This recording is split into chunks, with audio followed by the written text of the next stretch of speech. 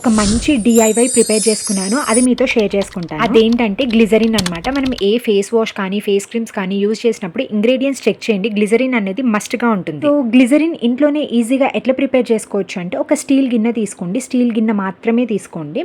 And దాంట్లో ఒక 3 table spoons వరకు కోకోనట్ ఆయిల్, మనం ఇంట్లో యూజ్ చేసే నెత్తికి యూజ్ చేసే కోకోనట్ ఆయిల్ ఉంటుంది కదా, అది 3 టేబుల్ స్పూన్స్ తీసుకోండి. అండ్ దాంట్లోకి ఒక 2 table spoon normal plain water బాగా మిక్స్ చేయండి. నేను వీడియోలో చూపించే కన్సిస్టెన్సీ వచ్చేలాగా. నెక్స్ట్ స్టవ్ లో ఫ్లేమ్లో ఆన్ చేసుకొని ఒక 20 సెకండ్స్ జస్ట్ ఇట్లా హీట్ అవుతే చాలు. కొంచెం డేంజర్ అనమాట ఇది, ఎందుకంటే వాటర్ ఆయిల్ పేలుతుంది కదా. సో ఒక 20 సెకండ్స్ హీట్ చేసి స్టవ్ ఆఫ్ చేసేసేయండి. నెక్స్ట్ ఒక పించ్ కొంచెం సాల్ట్ కూడా యాడ్ చేసుకొని మంచిగా మళ్ళీ మిక్స్ చేయండి. ఇంకా అది పక్కన పెట్టేసి మొత్తం కూల్ డౌన్ అయిపోయిన తర్వాత ఒక 2 table spoons rose water add చేయండి.